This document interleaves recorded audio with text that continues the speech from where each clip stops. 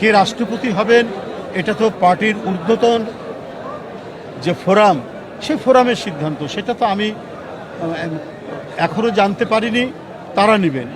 যখনই নেবেন আপনারা বুঝতে পারবেন। আপনারা তো অনেক ঘটনা আগেই জেনে যান। তো সুতরাং রাষ্ট্রপতি পদত্যাগ করবে আমারও মনে হয়নি, কিন্তু আপনারা গণমাধ্যমে যেভাবে প্রচার চালিয়েছেন সত্যি সত্যি সেটা ঘটল। দেখুন, উনি যেটা বলেছেন তার স্বাস্থ্যের অবনতি, তিনি গুরুতর অসুস্থ হয়ে পড়েছেন, এই কথাটি তিনি তার চিঠিতে লিখেছেন রাষ্ট্রপতি। সুতরাং আমরা ওইটুকুই জানি, আমরা ওইটুকুর মধ্যেই থাকব।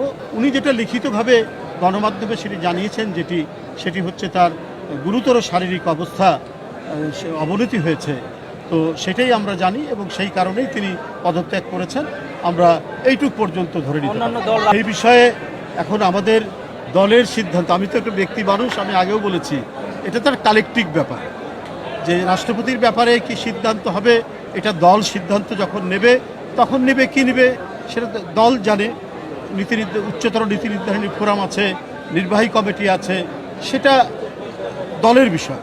আমি ব্যক্তি মানুষ হিসেবে, দলের সিনিয়র যুগ্ম মহাসচিব হিসেবে শুধু ওইটুকুই বলি যে তিনি পদত্যাগ করেছেন তার শারীরিক অবস্থার অবনতি হওয়া।